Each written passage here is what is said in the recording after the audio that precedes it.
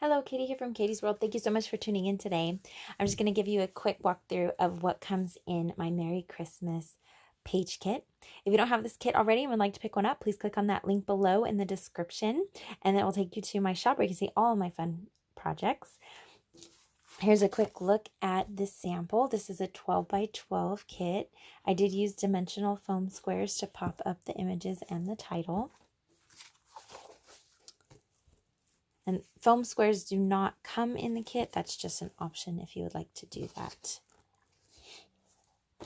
Okay, so you're going to get full color, step-by-step instructions with a larger photo on the back to help in paper piecing. You're going to receive all of your small pieces will come in little baggies, so they're sorted. One's for title, one's for the image. The larger pieces will be loose in the kit. The photo mats also come pre-measured and cut for you. To add your photos, just go ahead and measure out the photo mat. Cut your photo down to 1/4 of an inch smaller and you have a perfect mat.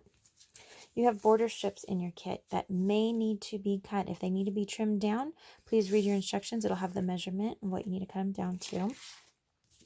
You're going to receive 2 solid 12 by 12 sheets of paper. If the barcode is still attached, just go ahead and trim that down to 12 inches. You have 2 background papers that will need to be trimmed, and those measurements are in your kit as well. All right, thank you so much for watching today.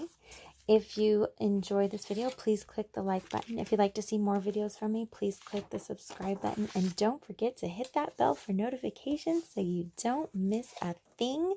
Thanks for watching and have a great day.